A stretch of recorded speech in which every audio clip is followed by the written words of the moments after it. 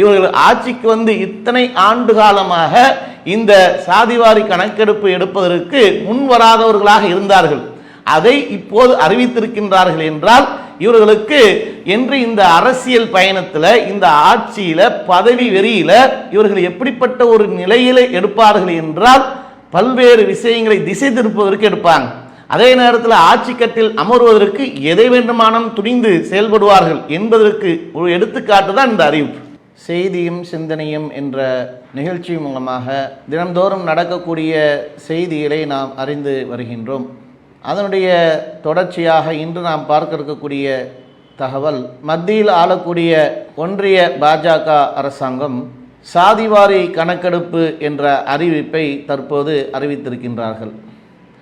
இந்த அறிவிப்பை பொறுத்தமட்டில் எதிர்க்கட்சி தலைவர்கள், அரசியல் விமர்சகர்கள், பொதுவான மக்கள் பல்வேறு பார்வைகளோடு இந்த அறிவிப்பை பார்த்து கொண்டிருக்கின்றார்கள். ஒரு புறம் அரசியல் கட்சி சார்ந்த தலைவர்கள் வரவேற்கக்கூடிய நிகழ்வு ஒரு புறம் இருக்கக்கூடிய ஒன்றாக இருக்கின்றது. அதே நேரத்தில் இந்த அறிவிப்பு அரசியல் ரீதியானது, மக்களை ஏமாற்றக்கூடியது என்று எதிர்க்கட்சி தலைவர் அவர்களுடைய விமர்சனங்களும் முன்வைக்கப்பட்டு இருக்கின்றது. அரசியல் விமர்சகர்கள் பொதுவான பார்வையிலே இதை பார்க்கக்கூடிய நேரத்தில் இந்த அறிவிப்பு என்பது தெளிவற்ற ஒரு நிலையில் இருக்கின்றது. அறிவிக்கக்கூடிய இந்த அறிவிப்பில் எப்போது முடிக்கப்படும், அது அந்த அறிவிப்பில் தெளிவாக இல்லை என்று இது போன்ற ஒரு கோணத்திலையும் மக்கள் பார்த்து கொண்டிருக்கின்றார்கள். இந்திய மக்கள் அனைவரையும் ஏமாற்றக்கூடிய ஒரு வெத்து அறிவிப்பாக தான் பார்க்கப்படுகிறது. ஏனென்றால் மத்தியில் ஆளக்கூடிய இந்த பாசிச பாஜக அரசு எப்போதெல்லாம் அவர்களுக்கு, அவருடைய ஆட்சிக்கு ஒரு அவப்பெயர் வருகின்றதோ, எப்போதெல்லாம் அவர்கள் மற்ற அண்டை மாநிலங்களில் பாராளுமன்ற தேர்தல், மாநிலங்களில் சட்டசபை தேர்தல், இது போன்ற எந்த தேர்தலை இவர்கள் எதிர்கொள்ள தயாராக இருக்கின்றார்களோ அப்போதெல்லாம் இது போன்ற ஒரு நிலையில் ஒன்று முஸ்லிம் வெறுப்பு பிரச்சாரத்தை முன்வைத்து இந்துக்களுடைய ஓட்டுக்களை ஒருங்கிணைக்கக்கூடிய ஒரு நிலை போன்ற ஒரு பிம்பத்தை உருவாக்குவார்கள். இது முஸ்லிம்களுக்கு எதிரான சட்ட திட்டங்களை வகுத்து அதற்கு எதிராக ஒரு பிரச்சனையை நாட்டிலே உருவாக்குவார்கள். இல்லை என்றால் இது போன்ற மக்களை ஏமாற்றக்கூடிய, மக்களிடத்தில் எது போன்ற எதிர்பார்ப்புகளாம் இருக்கின்றதோ அதை அறிவிப்பாக செய்து அதில் ஒரு தெளிவற்ற ஒரு நிலையில அறிவிப்பையும் வெளியிடுவார்கள். ஆனால் அதை நடைமுறைப்படுத்த மாட்டார்கள். அதற்கு எடுத்துக்காட்டு என்ன அப்படின்னு சொன்னா, மகளிருக்கு 50% இடஒதுக்கீடு அமல்படுத்தப்படும் என்றதெல்லாம் போன பாராளுமன்ற தேர்தலுடைய காலகட்டங்களில் அறிவிப்பு செய்தாங்க. அந்த அறிவிப்புடைய நிலவரங்கள் இன்னைக்கு வரைக்கும் அது எந்த மாதிரியான சூழல்ல இருக்கு, அதற்கான முன் எடுப்புகள் என்ன நடந்திருக்கு, அதற்கான நகர்வுகள் என்ன நடந்திருக்கு அப்படின்னு சொல்லி கேட்டால் எல்லாமே கேள்விக்குறியாக, பூஜ்ஜியமாகத்தான் இருக்கு. அதுபோலதான் இன்னைக்கு இந்த சாதிவாரி கணக்கெடுப்பு என்று பீகார் மாநிலத்துடைய அந்த தேர்தலை முன்னிட்டு அறிவிப்பு செய்திருக்கிறாங்க. அந்த தேர்தலை இவர்கள் எதிர்கொள்ளணும். அந்த மாநிலத்து மக்களை ஏமாற்றுவதற்கு ஏதாவது ஒரு சலுகை காட்டுவதை போன்று, மக்களுக்கு ஏதாவது ஒரு சிறப்பு சலுகை கொடுப்பதை போன்று, நாங்கள் சிறுபான்மையினர்களுக்கு எதிராக இல்ல, நாங்கள் பழங்குடியின மக்களுக்கு ஆதரவாக செயல்படக்கூடியவர்கள் என்பதை போன்ற ஒரு பிம்பத்தை உருவாக்குறதாக இருந்தால் இது போன்ற ஒரு காரியம் அவர்களுக்கு அறிவிப்பு என்பது தேவைப்படுது. அதற்காகத்தான் சாதிவாரி கணக்கெடுப்பு. ஏனென்றால் இவர்கள் இந்த நிலைப்பாட்டுக்கு எதிரானவர்கள்.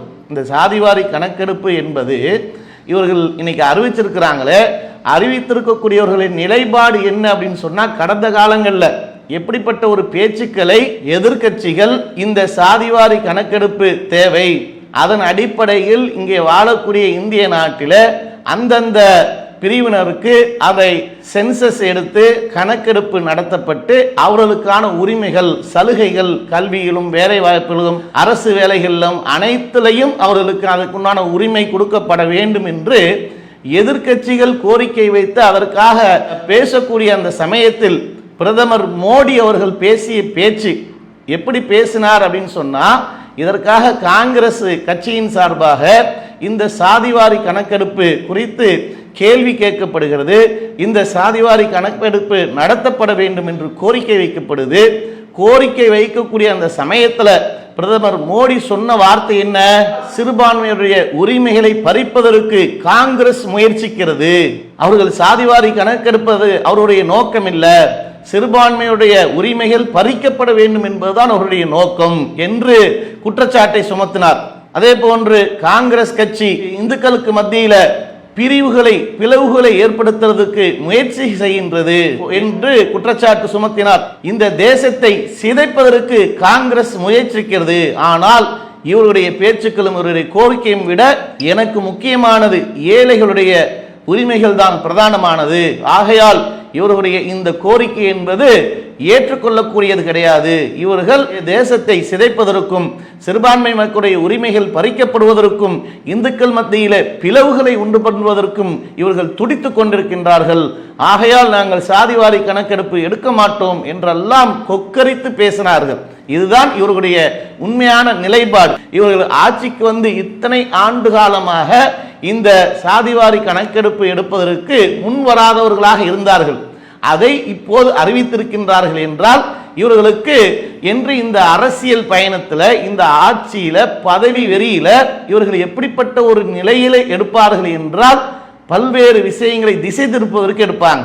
அதே நேரத்தில் ஆட்சி கட்டில் அமர்வதற்கு எதை வேண்டுமானாலும் துணிந்து செயல்படுவார்கள் என்பதற்கு ஒரு எடுத்துக்காட்டு தான் இந்த அறிவிப்பு. இவருடைய பலவீனத்தை திசை திருப்ப வேண்டும் என்பதற்காக அறிவிக்கப்பட்ட அறிவிப்பாக தான் மக்கள் பார்க்கிறாங்க. ஏன் பஹல்காம் சுற்றுலா பயணிகள் தீவிரவாதிகளால காஷ்மீர் பகுதியில் அநியாயமாக 26 நபர்கள் சுட்டு கொல்லப்பட்டார்கள்.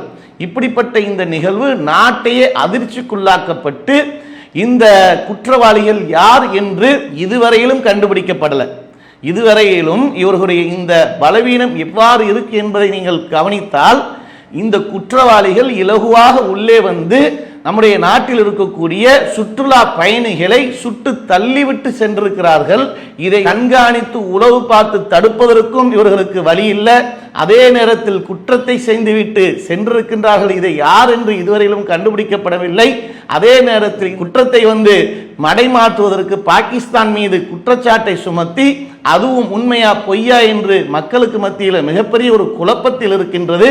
போர் பதட்டத்தை உருவாக்கி இப்படிப்பட்ட ஒரு சூழலை இன்னைக்கு அறிவித்துக் கொண்டிருக்கிறார்கள். அதிலே இந்த சாதிவாரி கணக்கெடுப்பும் ஒன்றாகத்தான் இருக்கிறது.